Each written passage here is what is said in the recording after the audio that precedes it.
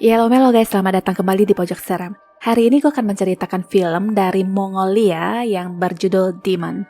Sebelumnya gue ingetin dulu, film ini banyak jump scare-nya ya. Ayo kita mulai.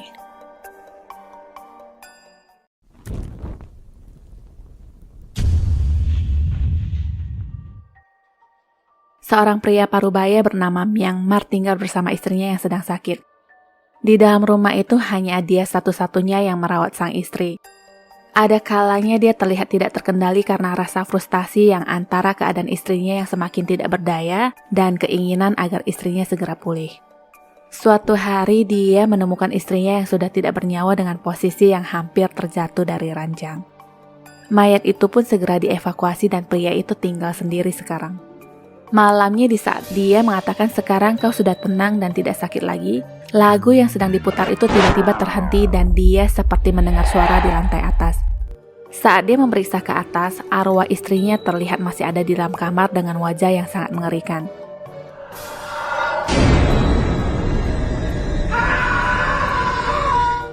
Dia pun terkejut dan menghadirkan seorang biksu di rumah.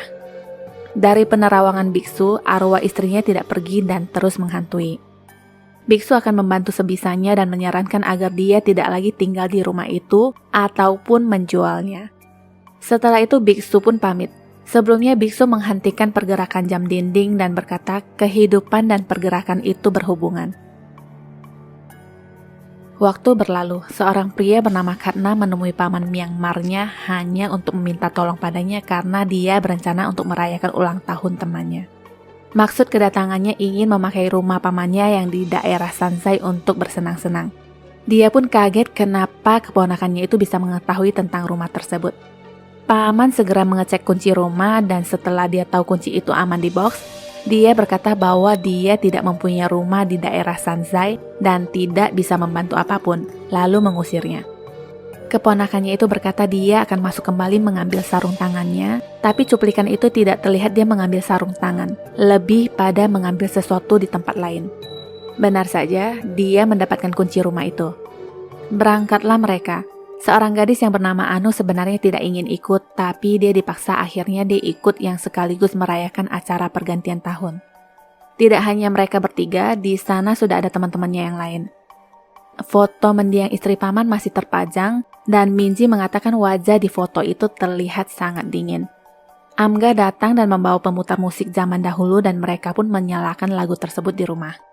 Setelah semua teman-temannya hadir, mereka pun mengadakan acara makan malam bersama. Minji mulai melihat lagu-lagu yang masih berbentuk piringan hitam. Katna mengingatkannya agar berhati-hati dengan lagu kesukaan istri pamannya. Jangan sampai dia merusaknya. Katna sedikit menceritakan kisah pamannya di mana istrinya dulu meninggal di saat dia masih berusia 6 tahun. Istrinya mengalami sakit parah yang membuatnya untuk sekedar berdiri saja tidak sanggup. Paman melakukan pengobatan apapun yang dia bisa dan merawatnya di rumah itu lebih dari setahun. Semua yang dilakukan sia-sia dan akhirnya paman kehilangan istrinya. Setelah pemakaman, paman tidak pernah lagi kembali ke rumah itu dan mungkin arwah istrinya masih di rumah. Semua orang terdiam mendengarkan itu dan Katna mengatakan tentu saja dia hanya bercanda. 5 menit lagi perayaan pergantian tahun akan dimulai. Semua berkumpul di meja dan menghitung mundur. Setelah itu mereka berjalan keluar untuk bermain kembang api. Tidak sengaja mantel mereka mengenai jam dinding yang membuat jam itu kembali bergerak. Sepasang kekasih mengatakan mereka akan pulang malam itu juga dan Anu ingin menumpang dengan mereka. Lagi-lagi Anu dibawa masuk ke rumah. Setelah itu Katna mengunci pintu dan mencabut kunci untuk memastikan Anu tidak kabur dari rumah.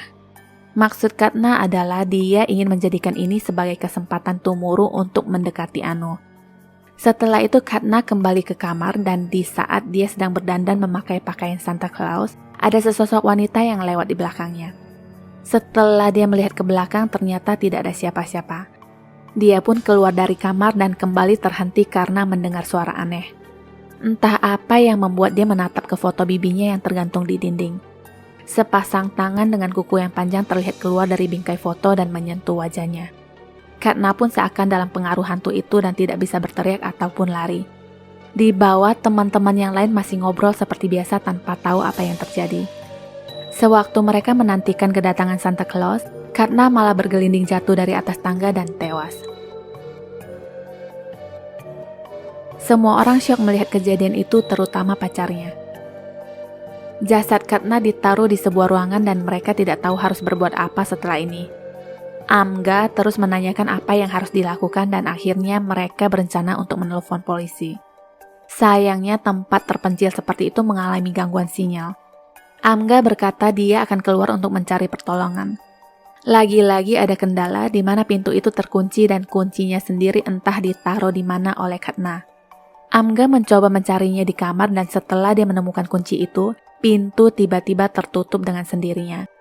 Dia lalu menyalakan senter dari ponselnya dan merasa ada sesuatu di kamar itu yang diperjelas dengan hiasan lampu yang bergerak.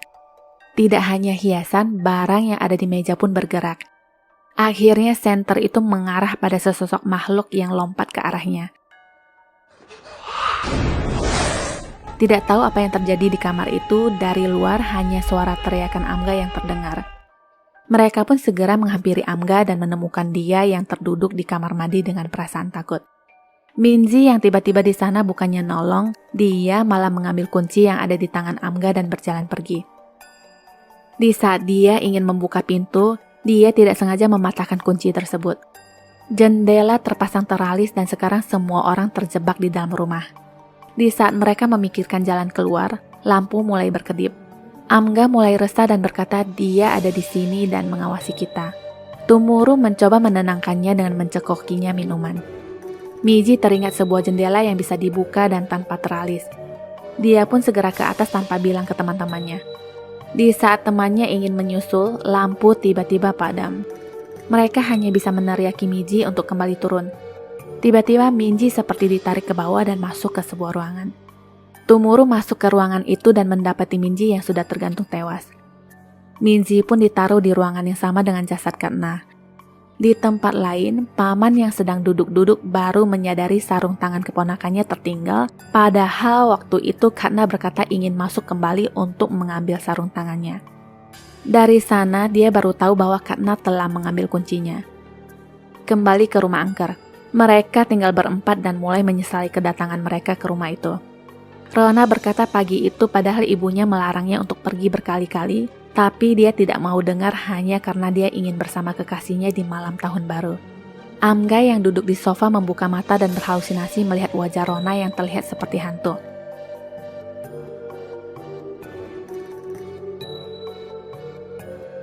Diam-diam dia mengambil pedang yang nyantel di dinding dan menebas Rona dari belakang.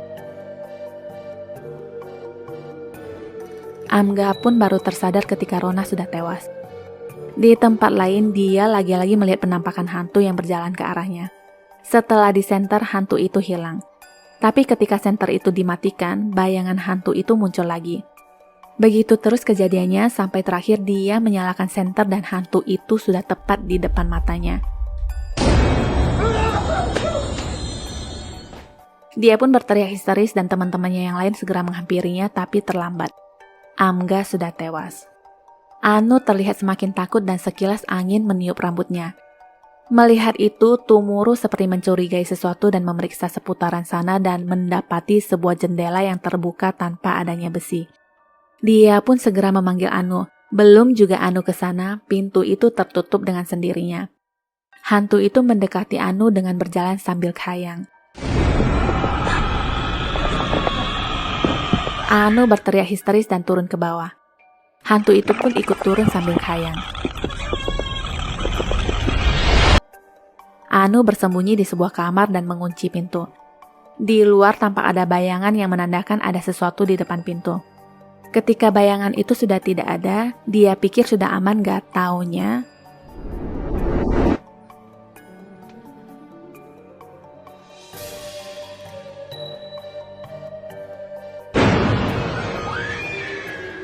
kali ini dia masih berhasil kabur dan naik ke atas tangga. Lagu pada hiasan pohon Natal tiba-tiba berbunyi dan mengagetkannya. Lagu lain dari piringan hitam itu pun berputar sendiri. Anu berjalan mendekati pohon Natal dan di hiasan bola itu, dia melihat pantulan bayangan hantu yang sudah berdiri di belakangnya.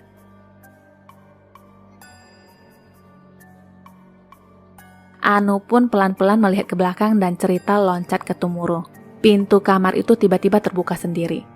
Pelan-pelan dia berjalan keluar dan menemukan Anu yang sedang duduk di atas ranjang. Dia pun berjalan mendekatinya dan tiba-tiba Anu berubah menjadi hantu.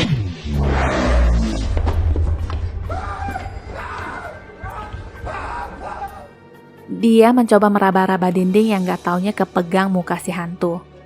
Tumuru segera kabur dari tempat itu dan melihat Anu yang sudah tergeletak di lantai entah masih hidup apa tidak. Tanpa berpikir lebih panjang lagi, dia segera kabur lewat jendela. Sewaktu dia sudah ingin pergi dengan mobilnya, Tumuru kembali mendengar suara teriakan dari dalam rumah yang dia pikir itu pastilah Anu. Dia pun kembali ke rumah dan mendobrak pintu. Dia menemukan Anu yang duduk ketakutan di bawah meja.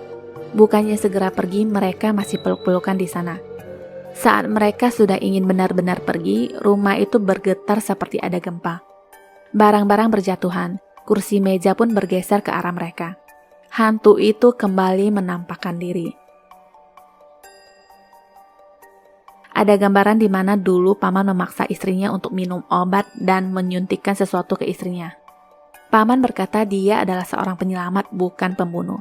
Juga biksu yang berkata kehidupan dan pergerakan berhubungan satu sama lain. Semua gambaran masa lalu itu seakan diperlihatkan kepada Anu. Jadi jelas bahwa kematian istri paman dulu itu ternyata memang disengaja. Beberapa pisau lalu berterbangan dan mengenai Tumuru. Tumuru menyuruh Anu untuk segera pergi dan setelah mengatakan itu dia pun tewas. Melihat hantu itu entah kemana, dia pun segera keluar dari rumah dan berlari sejauh mungkin. Dari jauh Anu melihat ada mobil yang datang dan segera meminta tolong. Mobil itu sudah melaluinya tetapi akhirnya mundur lagi. Itu ternyata adalah paman dan dia lalu masuk lagi ke rumah untuk mencari Katna. Setelah dia membuka pintu, hantu itu langsung menerkamnya dan tamat. Intinya rasa dendam itu akhirnya terbalaskan juga. Terima kasih sudah menyaksikan shortcut film ini. Jangan lupa subscribe, like, and share. Juga menyalakan lonceng notifikasi untuk updatean film lainnya ya. Sampai jumpa.